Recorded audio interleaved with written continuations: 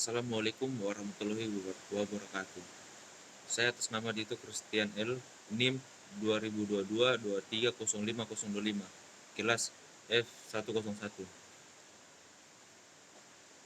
Keterkaitan antara CPU, HDD, dan RAM.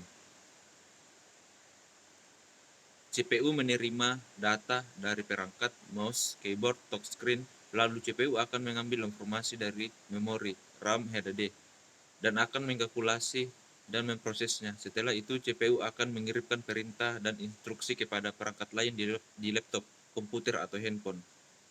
HDD terdapat disk yang berputar, keausan, dan toleransi terhadap guncangan yang semakin rendah adalah mekanisme yang dapat dihindari. RAM merupakan memori yang dapat diisi dan diambil isinya oleh programmer. Semua data dan program yang dimasukkan lewat alat input akan disimpan terlebih dahulu di RAM.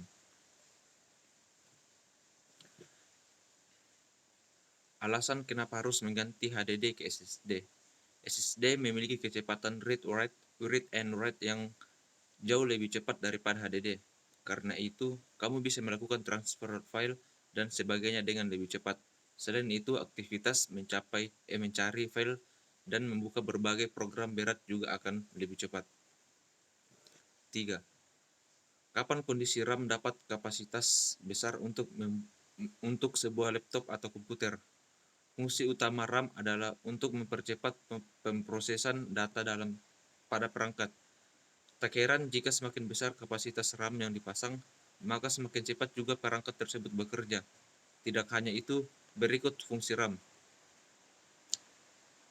Perbedaan dari chipset pada komputer dan smartphone, fungsi dari keduanya. Fungsi chipset adalah untuk mengelola aliran data antar komponen pada motherboard.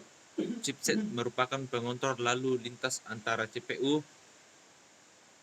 GPU, RAM, penyimpanan, dan peripheral.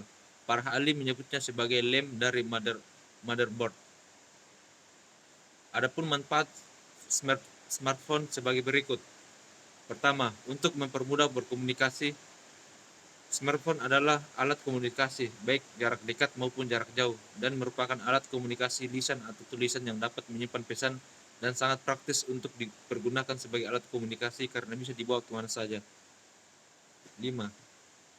Kelebihan Thunderbolt dibanding bus lainnya. Thunderbolt merupakan pilihan terbaik untuk urusan port, di mana ia bisa melakukan segala hal dalam satu paket, seperti menghadirkan 2 display 4000, transfer data yang jauh lebih cepat, dan pengisian daya laptop yang juga sama cepat. Dan akan masih banyak lagi berbagai hal yang dihadirkan pada tipe port yang satu ini. Sedangkan bus lainnya memiliki spesifikasi sedemikian rupa sehingga memiliki bentuk desain yang kecil dan reversible. Proses komunikasi antar komputer dan manusia. Berdasarkan soal, dapat disimpulkan bahwa 5 contoh interaksi manusia dan komputer antara lain sebagai berikut.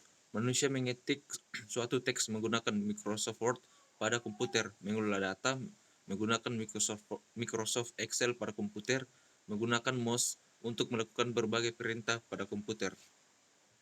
Terima kasih. See you next time. Oke.